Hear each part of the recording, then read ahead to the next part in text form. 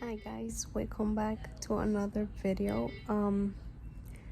Unfortunately, as you can see, I'm admitted into the hospital.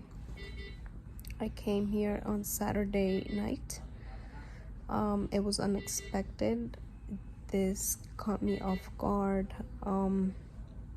It's just I don't even understand how I ended up here in the first place when I was already feeling better. Right before this video, I was in the middle of editing and life update because the last time I filmed was on December about my baby's lab.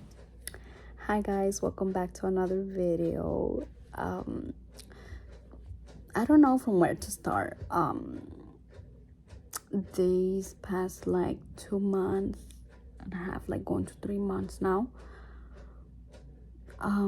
a lot has been going on with my health. The last video I was sick because I had flu, and then after that, like, I just been back to appointments because I do remember saying that I was going for a third opinion or to like a different clinic and doctors with like trying to figure out basically my health issues about the paralysis I have and stroke. So after the flu, after I finished the antibiotics with it and everything, I started off with like, what at this point I didn't know it was an infection, but on my throat and on my tongue, like the back of my throat, like all of this, I had like a bitter yellowish like substance, and like so disgusting, like I couldn't even swallow. Like everything was just disgusting to me, and I didn't know what it was or what it was coming from.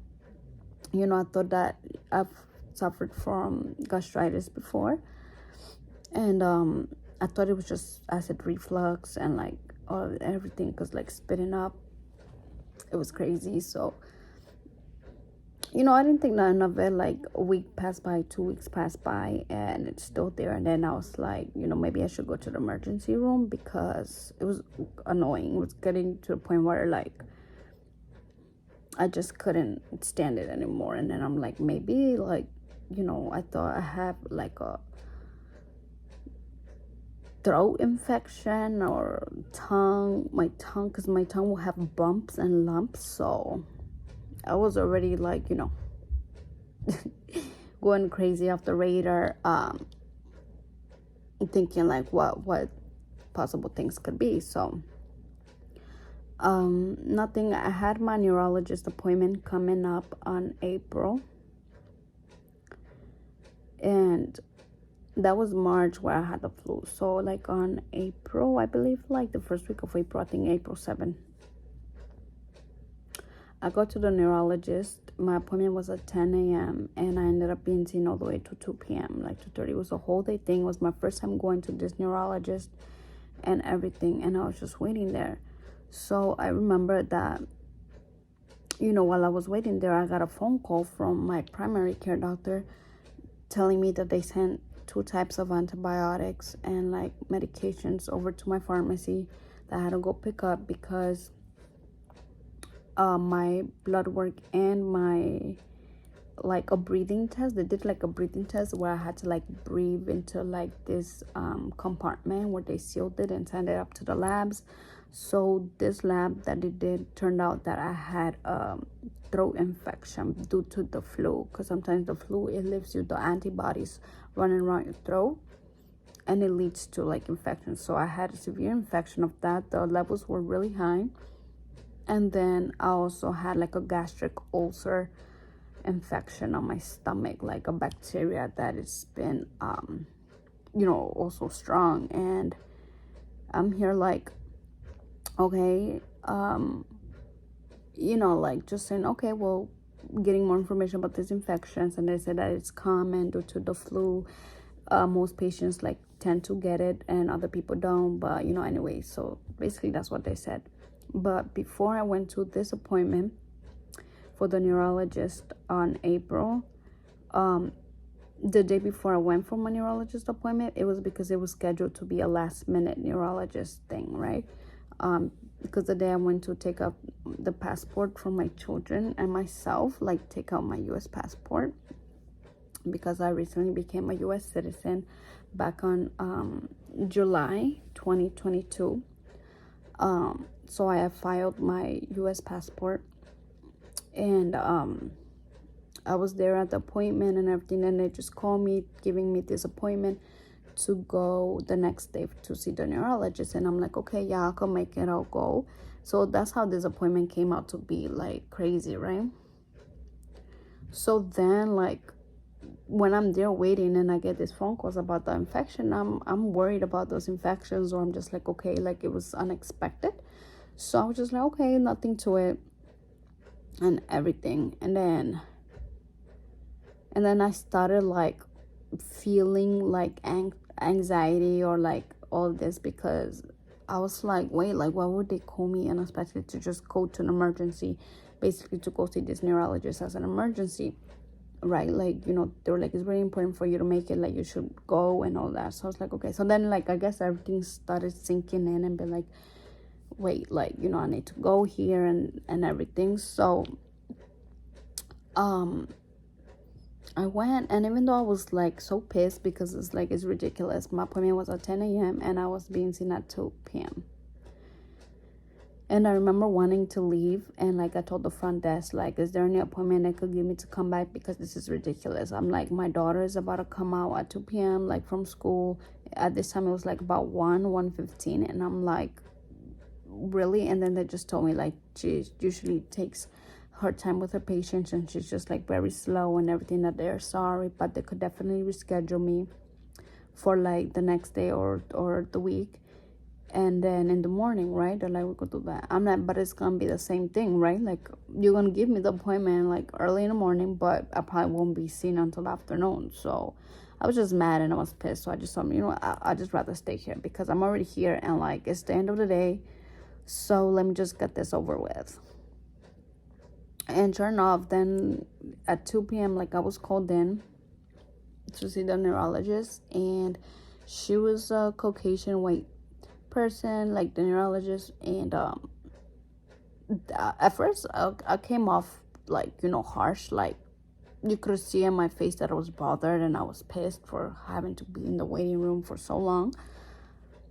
But then her tone of voice kind of like gave me a different insight about her, because she was really patient and calm. And, you know, she was just like, okay, so I see your history, you've been like this for 3 years. And, you know, so it was like the same thing over, where she's like, I want to know from the beginning, like, what happened the day that you got the stroke, or the day, what you felt. Tell me everything, your symptoms, everything that happened that day, and so on. So there I go and tell her, you know, like, everything again, like from day one, like, you know, because I still remember like it was yesterday. It was a very traumatic and horrifying experience. And she was just very attentive and writing notes and like everything. And she was worried. She was worried about me and everything. So she was like, okay, like, she was kind of concerned to letting me know my diagnostics based on her doing the test of my body, sensitivity testing, strength testing, like, you know, all the physical tests, and then like neurologically ones, like, you know, like how I've been going through all this. So she was like, I don't know if I should tell you, because I don't want to worry you. I don't, you know, like, try not to get overly like overwhelmed with this news and stuff, or like, you know, because it could affect you, because, you know, I'm at this point where like I can't receive like bad news or like anything that would have my heart racing up or everything, because I am so what do you call that, propense into getting a stroke or like a heart attack, like all of that. So that's why I'm on medication, and like, you know, or they tell me to take steroids or take aspirin to avoid a stroke or a heart attack and all of that. So So I'm like, okay, like I'm starting to worrying, or like be like, okay, like just let me know. Like I told her, like I'm just tired, I just want answers. Like I know I'm sick, I know there's something going on with me, and I just want to be healed. I want to start the healing process. I want to start whatever I can on my end to, to tell me. And then she tells me that she strongly believes that I have MS, which is multiple sclerosis. And although I have heard that term before and I've known a little bit about it, I was like in shock because on my second like how would I say that, like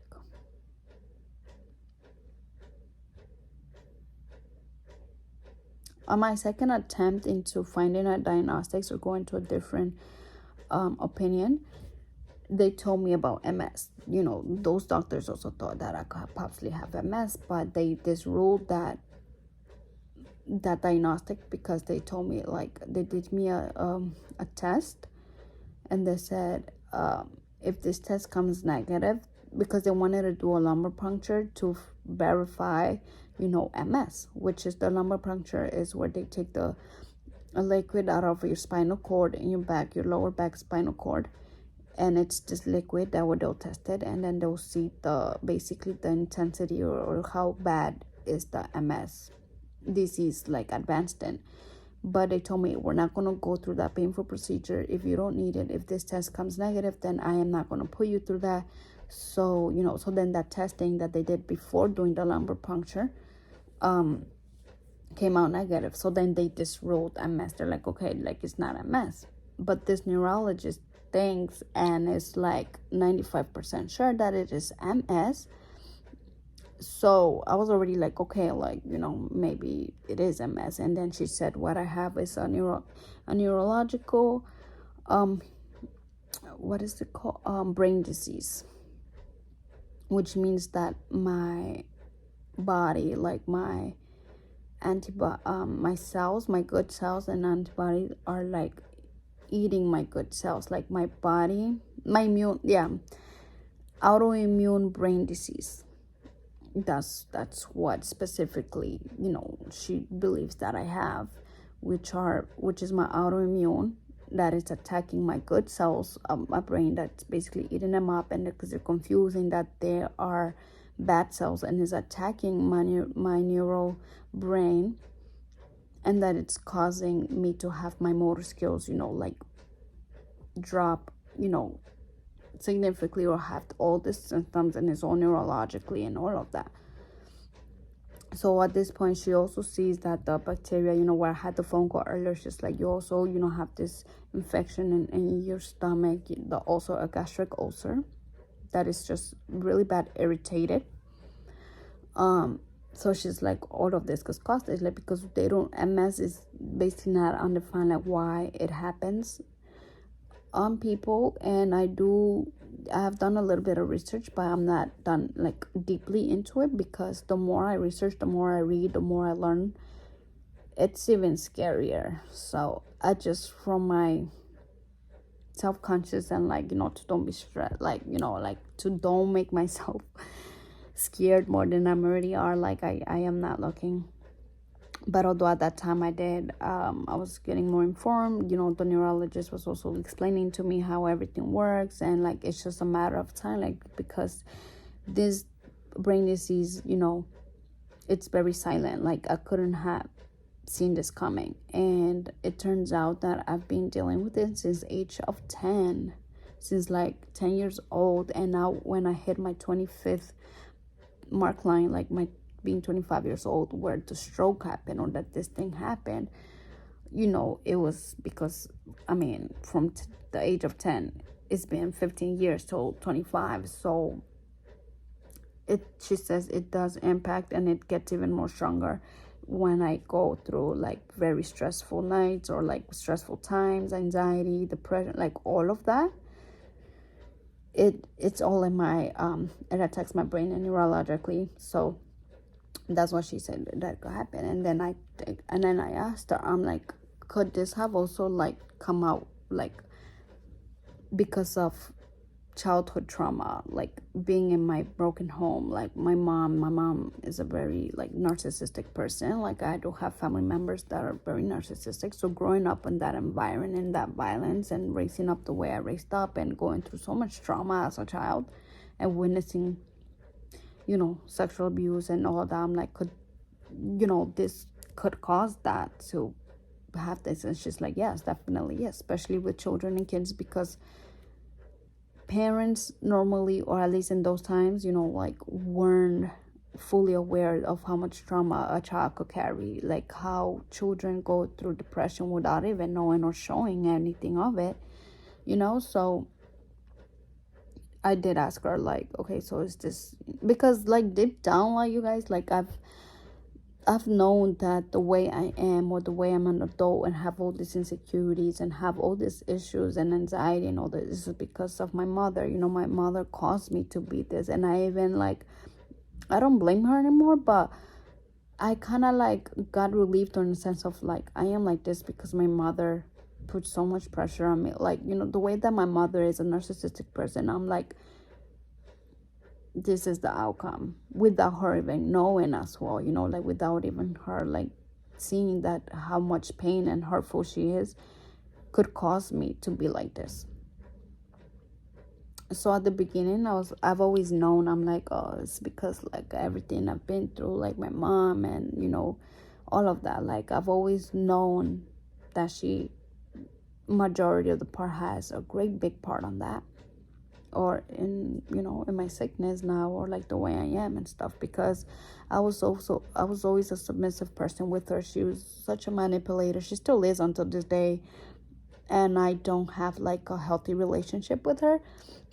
I just don't let her to get close. Like I am afraid to let her get close to me or my children, and then it's just like, and when I try to keep my guard on and really like enjoy life, or being like now being 3 years with this disease, I'm gonna go to 2020. This June 30th marks the mark line of being 3 years with this disease, or with this paralysis that I still have going on. So like she still keeps doing things, and I forgive her and everything, but I just feel like focusing on myself and my family and my children, my husband, like, is the most ultimate important thing for myself. So it's like, so I did ask questions to a neurologist, telling her like, could childhood trauma and all this be caused by it, like from very young, because I've been exposed to so much stuff, so many things at home, like so she was like, definitely yes. Or also about my gastric ulcer, my stomach, she's like, maybe because sometimes it's just neurological with emotions and all of that, but also it could be something that starts with like a sickness or something. For example, I've always thought I had gastritis since age 10, because my mom always used to take me to the emergency room because I would be having so painful burning sensations in my stomach. But I used to think it was because of the spicy foods. I am a Mexican person. I come from a Mexican background. My parents are Mexican. My mom's Mexican. And when I was growing up at a very young age, my mom taught me and my siblings to eat spicy Mexican food. And she would cook so spicy, like, she wouldn't separate food. She wouldn't be like, oh, I'm gonna cook for children a children's meal and then cook regular dinner for her and her husband. So she just taught us how to eat everything within our Mexican meals and menu and all of that. So yeah, like, and I always used to think, I have gastritis because of the spicy foods that I was being, in a way, like, forced to eat. And aside from the orange juice, cheese, like all of that, like, Mexican dishes have a lot of like good flavors and everything, but it's also bad for you, like bad for your stomach.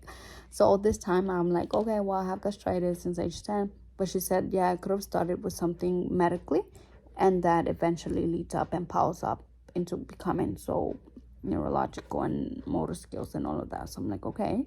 So everything was making sense. Like she was explaining to me, basically going on my time frame. They're like, you have this like since age 10. At age 25, it's just hit you so bad because you were going through so much distress, emotional distress. You were grieving. That year, it was one of my worst years that I've experienced in my life myself. you know. And then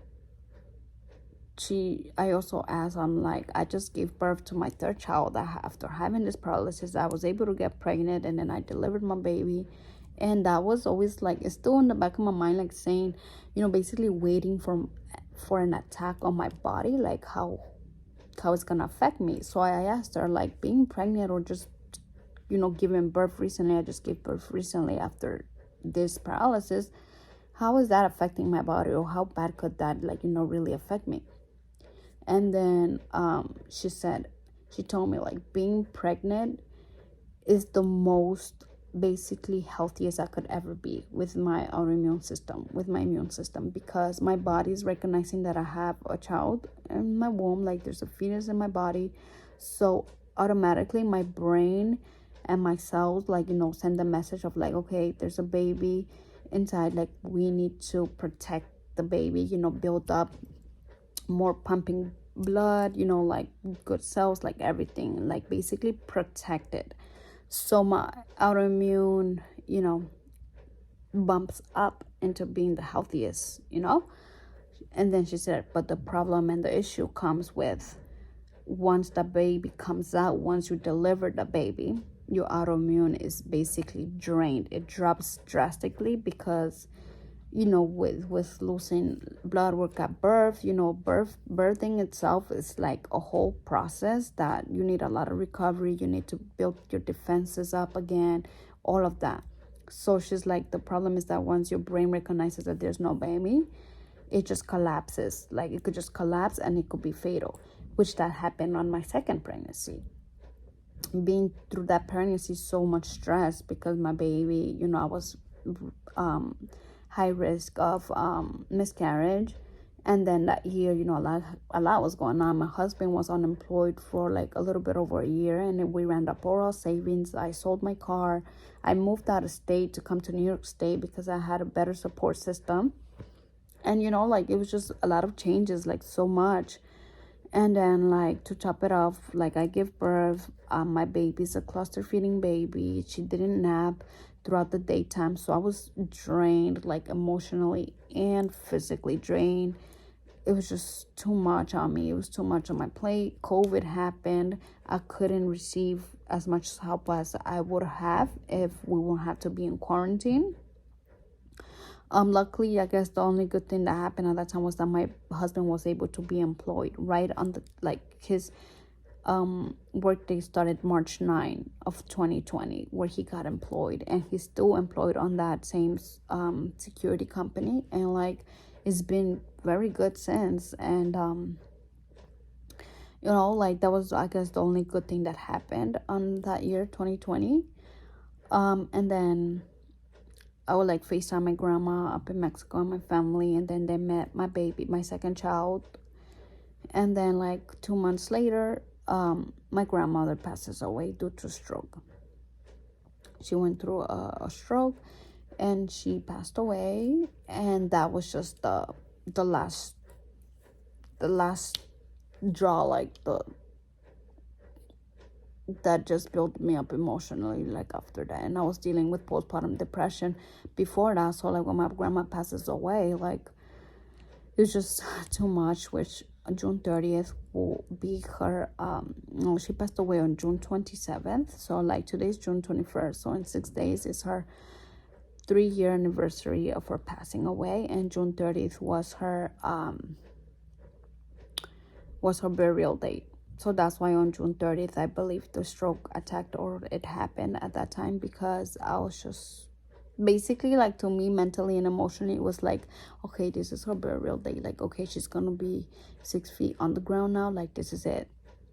And the frustration I felt of, like, not flying out to Mexico and saying my last goodbyes and paying my respects to her, like, that really did took a toll on me. And then the fact that I was breastfeeding my child, my mother and my husband and like everybody was just telling me I have to be strong, to don't cry, like I'm breastfeeding, all my emotion, everything will be passed down onto the baby. But that was the worst that I could have done, like just basically being shut on my grief, not being able to grieve. So it was really hard. And then the stroke happened.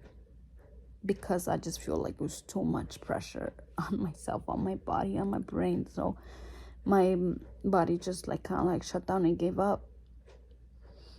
So that's when the neurologist was saying, like, because you gave birth and you were weak, like, I wasn't eating right, I couldn't even eat right, like, it was just too damn much. And that was my experience. So she's like, yeah. And I'm like, okay. I'm like, yeah, everything makes sense. Like, I'm telling you, like, this neurologist was so patient with me. Although this is the 7th neurologist I see.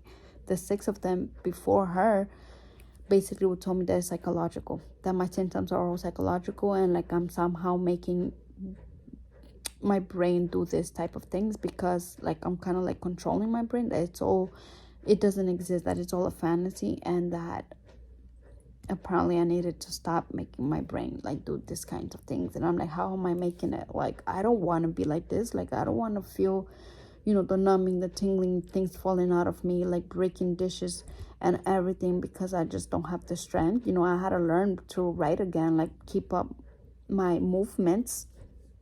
Otherwise, my body won't do it. But I was just being thrown as crazy, and that it was so psychological, and that is psychological. So then this neurologist, she was extremely upset and was in disbelief of how I've been like this 3 whole years without treatment, without medication, without not even nothing, some sort of relief. So it's just like too damn much. And then after that, like, I just came out very grateful of like, wow, somebody finally listens to me. Some doctor, some neurologist actually caring of everything that I'm letting them know of, all the symptoms. And things just keep happening. Like, instead of like symptoms going down or going away, like new things come out. Like, now I get shocks randomly. Like, I can't even touch my phone. When I touch my phone, my body has like a lot of extremely electrofields, like charges, and I'm just shocking everywhere. Even my children, when I get my daughter ready for school, it's all shocking. So, and at this time, like, I'm just like, wow, I'm in shock. Like, it's kind of like when you find out like a shocking news or something unexpected, or just like randomly, just like, wow. And the whole time coming home, like, I was just like, wow. Like, now I have a name, like, now my disease is MS. I'm identified as MS, and I was like, wow. So I was just in disbelief, and I just was basically like a zombie coming home. I was on the bus, and I'm just like thinking over, like basically sinking in all the information I had just received. And I'm in the bus, like searching MS and everything, how it works. So basically it attacks me more at nighttime, because my body is relaxed, because my brain is asleep. So that's what they call this disease. She said that it has like a nickname of like the thief of the night, because at nighttime, when I'm basically sleeping or resting, like, is when the symptoms like get worse, or like it attacks it more, because I'm not aware. Like, my brain is not up and fully aware, and my cells, not my cells, or like my neural like movements or everything, it's not recognizing that things are getting into it. So yeah, it's autoimmune, my immune system. So basically, she said the best I could do is just basically be healthy. I changed my diet. Like, I have to basically boost my immune system up. So right now I'm in everything that I find or read about to strengthen your immune system. That's all I could do for the moment, and control it, and try to like pace out anything. This disease is not curable, it is treatable, but I am not in the treatment of like basically the actual medication of it, because the neurologist believes that I've been doing like basically good without making major improvements throughout time. I guess it's all part of my healing process, where I was just like, being more spiritually connected to God, and like coming out of my depressions, or me handling my way. It's definitely been a great help to, don't be stressed no more. And I do try not to even stress about anything anymore. Like, I just changed my whole, this new diagnostic like changed my whole life. Like, my life went a whole 360 of like, wow. Like, really appreciate the little moments, really appreciate it. Gave me a whole glimpse of like how could drastically things could just change from one day to the next. And right now, like, I am not in panicking mode, but I am like deep down, like if I start thinking about it, my brain starts working, like I get anxiety and like scared because I'm like, I just gave birth to my baby 9 months ago. He's 9 months old now, but I'm like kind of like just expecting what's gonna happen to me next, But I guess nothing drastically has changed or done. Symptoms does have been moderate, changing and like adding new things. But I just try not to think about it, or I feel like maybe the more I stress about it, the more I think about maybe I could be healthiest and like just be okay. And as long as I get my immune system always up and like getting vitamins in and everything, then it could really slow down my process of like until the thing comes. But yeah, it is something scary. It was so scary. I remember I came home that day and I was just so grateful to God. I got on my knees and I prayed, and I thought to myself, like, finally the search has been over of getting answers, of getting a diagnostic, or at least starting some sort of treatment or something and indicating something, even though it is not currently showing in my MRIs, because again, I'm just now doing MRIs again, testing blood work every 6 months. I'm going to be monitored for MRIs, doing the heart doctor for my heart disease, checking if I have any heart disease, because again, this could lead to heart attacks and strokes, and like it's just a crazy thing. But I was just grateful that finally I have an insight of something that could be led, and I could do things to stop the process, like slow the process, and if my own, and then just basically being optimistic of the things that I could still do, because eventually, according to MS disease, is all in the muscular and joint things. Like eventually my brain is gonna be shutting every movement part of my body. I just don't know when would that be, if that will be at old age or like sooner than that. But I feel like it all depends on my anxiety levels and my stress. Like the less I stress, that's why it's very important and really extremely highlighting of like, don't stress, don't stress, don't stress. And even though it's so hard, but I'm taking it a day at a time. And then like I also feel like I am able to basically express more my feelings to people, like really speak up for myself and learn how to put boundaries and all of that. And although it is hard, because I've never been that type of person, I've always been not really a pushover, or maybe people would take advantage because I wouldn't want confrontational situations. Like I wouldn't speak up for myself, or like because I'm always thinking like, I'm not gonna give you the time of the day. Yeah, you could rant your mouth and call me names and curse me out, but I could do the same back. And it's like ultimately, like at the end of the day, that's not gonna solve anything. And I am not gonna like basically lower myself on your level of the nasty attitude and the smart talk that comes out of your mouth. And it's like, if I know where I am, or if I'm confident where I'm at and with the type of person that I am, it's like I don't gotta prove nothing to you or anyone. But eventually, that gets pretty much mistaken into being a pushover, and people just tend to do one thing after the other because they know that you don't put a stop to it. So basically this past year, 2022, and this year, like I've been more firm on my actions and my wordings, and even though I don't have to scream, like I don't even scream out or like run back and like curse out back, but I do communicate what I'm feeling, my feelings. So I'll be like, but it is definitely hard. And ever since then, I've been on this antibiotics, and oh my God, it's been very painful, because the first night that I came home, I took my medication of my gastric ulcer that was like so basically like teared up, like I don't know, and the medication was so strong. And I wanted to go to the emergency room after 30 minutes of taking the pill, because it just felt a burning sensation and contraction in my stomach. The top of my stomach, like the mouth of my stomach that they call the esophagus, all of that was burning, like burning. And then I guess it was the medication just basically on the ulcer, my gastric ulcer, which is like so irritated and everything. It was kind of like healing it and everything, but it was very burning and painful and having like high contractions like a freaking birth. And I was like, is this normal? And I'm like, I am not gonna, because it was at nighttime, because I had to take it 2 times a day. And then I thought like, okay, well, I'll start today the nighttime, that one time. And but I didn't know the effects of it, or like, like how this was gonna feel. And again, it's my first time on being on any type of treatment or anything like that. So I was like, yeah, I am not. I hold it for 30 minutes, just that contraction sensation not going, like I'm burning at the same time. And then I was like, okay, well, like I'm not gonna be able to sleep, and I am not gonna hold this pain. So I don't even know if it's an allergic reaction to the medication. I don't even know what it was, but I wanted to go to the emergency room for it. And then I started researching, like Googling side effects, is it normal burning sensation? Is it no?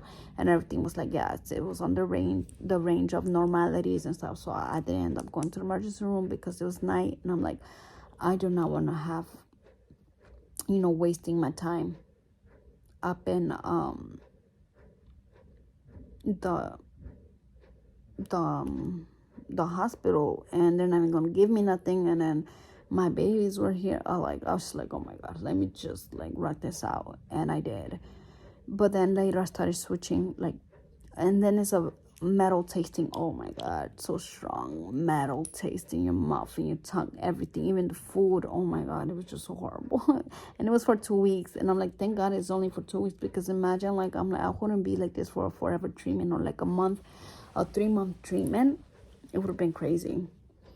So then I started pacing out the medication. I would take it in the morning and drink plenty of water. Like I was always drinking water to just take the metal taste out of my mouth. It was so nasty. It caused me nausea, vomiting, diarrhea, all these freaking side effects on my damn body. It was horrible. It's horrible. And then I started pacing out the second one before nighttime. Instead, the latest I took it was like about 4 p.m. or 5 p.m. because by the time nighttime came, the side effects will be subsided and I will be able to sleep. Because other than that, I will be staying up, throwing up with nausea, and like horrible. So that was my experience with that for those whole 2 weeks. And then I continued with just one antibiotic for the throat, for the antibodies of the flu that it was. And I finished that treatment. And then now I just recently got muscle relaxer for the neck spasms in my shoulder, because it's on my right side. I did get two of my MRIs were done, and it did show, this time the MRI did show something of my my cerebellum, which is the bottom right side of it. It does have high stress, like something is like puncturing it, like it's so much pressure on it that is why the flow of my blood flow doesn't go through, that relaxes my muscle. So that's why I feel the stream of shockingness and like neck spasms and muscle restraint, because it doesn't relieve that. And it's all my shoulder, my arm, like everything. So basically that's all they gave me, like muscle relaxers. And also for like bedtime, like a muscle relaxer, and then another one for like basically relieving the stress on my body and my brain, kind of like an antidepressant. And that's the medication I've been to. But again, the medication, the muscle relaxer, was causing me painful contractions in my stomach, or I don't know, maybe because of this gastric ulcer. So like it's just been very, very harsh on that. And that's where I've been for the past 2 months, with like everything back-to-back appointments, my children. Like it was just crazy. I'm feeling sick, like not feeling up to it. Yeah, so now this is the new update of my MS, being diagnosed with MS. And then it was just like a shocking thing. Like, I was able to like process it, because I was still like processing. So about a month ago, I just cried about it, and I was like, I'm grateful. I'm like, thank you, God. Thank you because I am still standing, because I am able to still hold my baby. I am able to walk. I'm able to do these things on my own, take care of my children, hug them, because eventually, maybe not too soon, God forbid, hopefully, there'll come a time where I won't be able to do that. or go through a stroke or have a heart attack. But I try not to think about the negative. I stay on the positive and the things I can control today, the things that I do today, and I just enjoy. Like I say, my whole perspective of life changed a whole 360. I became more vulnerable into appreciating the moments, the little things with my family and my children, and you know, and I'm not scared for myself. Like I have actually come to peace of accepting my disease. Like I accepted it the first thing the neurologist told me, and I'm like, yeah, this is what's happening to me. Yep. Like everything was making sense. I'm like, okay. And I was like, finally, I was just relieved that I know what I have now, somehow like an insight where the doctors could take direction into looking more. Obviously, just needs to be a lot more testing. Just needs to be more things to do. But like I said, eventually, if it's in God's plans, this is something, another step of stone of what I have to go through my life, and I am accepting it. You know, there's not much I could do. I accept his work. This is his plan, and I'm just able to like fulfill it the best I can and be very grateful and appreciate the moment. But I am very grateful that I at least have an insight of what my search has not come to an end, but I feel like it's the beginning of learning more and knowing more about myself and my body or what could happen. And in the midst of that, it's like, you know, still thriving with goals and my children. My baby is graduating on Friday. They're going to do her ceremony going from pre-K to kindergarten. And yeah, like, it's just so sad. My baby. And my baby is going to be like 1 year old soon on September 2nd. It will be his birthday, his first birthday. I am planning a family vacation for the first time with my whole family. My husband, it's the first time I would travel with my husband ever. Like, we're about to make 12 years together, and it's the first time we will travel together. And my children. Because before, when I just had my oldest, like, I took her to Mexico 2 times, and basically I was a month off over there with my grandma. And my husband was obviously in the States, you know, working and everything. So this is the first time we will all take a family vacation. And I'm just so grateful for that. And also kind of scared because I'm going to go to grieve my grandmother and have closure on that. And like see her, bring her some flowers to the cemetery and say my last goodbye. My grandma. It's been 3 years now, and it's now the first time I'm going to travel to basically say my last goodbyes and kind of like heal. I feel like it will start like, you know, a healing process with that. I don't know how I'm gonna be. I don't know how I'm react. I'm nervous. I'm scared. I don't know. But it's so part of life. I don't know. And I'm gonna go see my daddy, of course. Of course. It's my tongue because yeah, my tongue is numb. So some words come off good, some words don't come off bad, but I don't know. I don't really care how I look or how I sound. Like, I'm not self-conscious about that. Like, people always ask me, like, how do you feel with your physical appearance, like within, you know, my lip, my mouth? And I'm like, I don't even pay attention to it. Like, I don't even got time for that. I am just so busy. I'm a busy mom. I'm not in school now, but I do want to enroll into my bachelor's degree.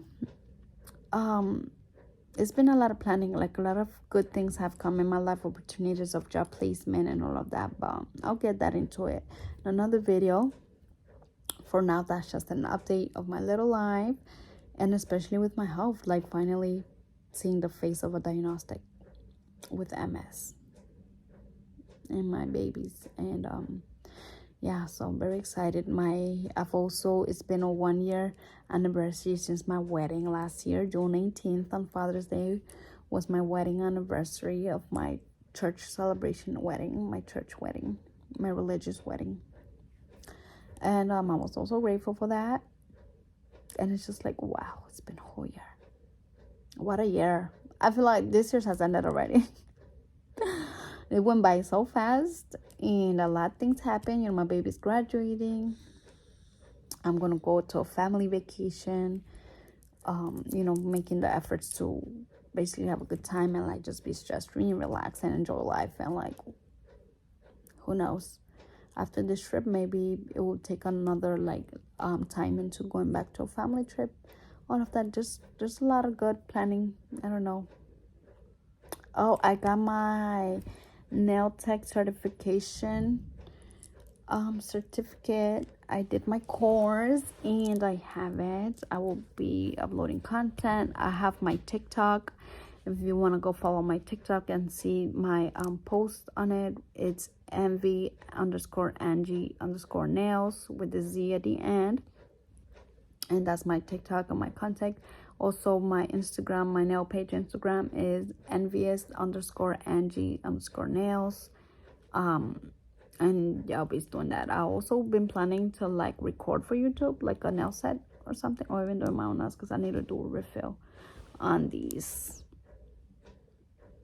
Yeah, but I feel like I've been working on myself and doing things and just focusing on things I really love and enjoy. And definitely nails has been my therapy along with my personal self-care therapist. But that's it, you guys. That's where I've been. It's been so much. But yeah, I already took too long talking.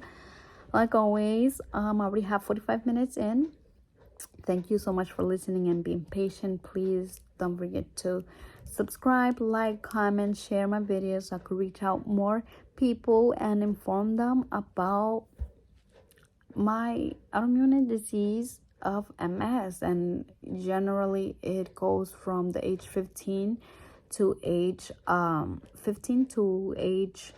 47, 49, where you could develop this disease, especially teenagers. It could happen to young adults. Like I said, it's not necessarily waiting to be of old age and stuff, and like, or strokes of people actually mistaking that and being like, this is only for old people. But no, it could happen to you. And please don't stress. I can't stress it enough. I know it's very harsh, life, work, everything, like it's just so stressful. But enjoy life, guys. Enjoy it. Appreciate the little moments that you could do now. And if you don't get to do it, then make a plan for it. Maybe on your day off, take time for yourself. Self-care is very important. Do something you enjoy, at least 5-10 minutes. I've also been in my spiritual journey with God. Like, I've been more connected to God, and I'm getting into the verses of the Bibles, and like everything I see, like I feel like God's speaking to me. But that's a whole nother topic. I do want to start opening up a little bit about my childhood trauma. I am gonna write a book. I'm starting to write my autobiography. And it's just a lot of things I want to do. Like I feel very confident. I feel like full of life, of like, why wait? What am I waiting for? If I want to do something, I'm gonna start baby steps into getting to my goal. So please, and making this channel was also one of my goals of to getting into people and educating them in the best way I can, or through my experiences, help them understand a little bit, or healing, or maybe making them feel that they're not alone going through the same issues and things like that, especially with narcissistic parents, because I feel like it's not talked about a lot.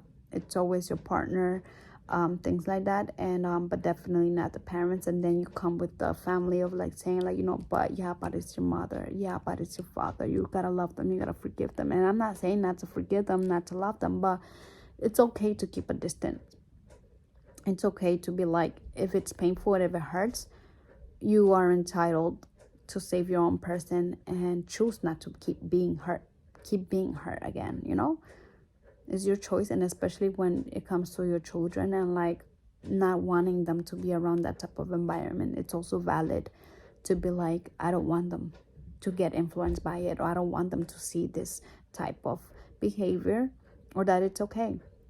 So keep that in mind, guys. Bye. I love you guys. See you back in the next one. Right now my baby's napping, so I was able to do this little quick update video, and especially discovering more about MS. And if you have any information, please let me know in the comments down below, because I don't know if anybody out there is also going through this autoimmune brain disease, MS. So I really appreciate it. Thank you. Have a good day. Bye.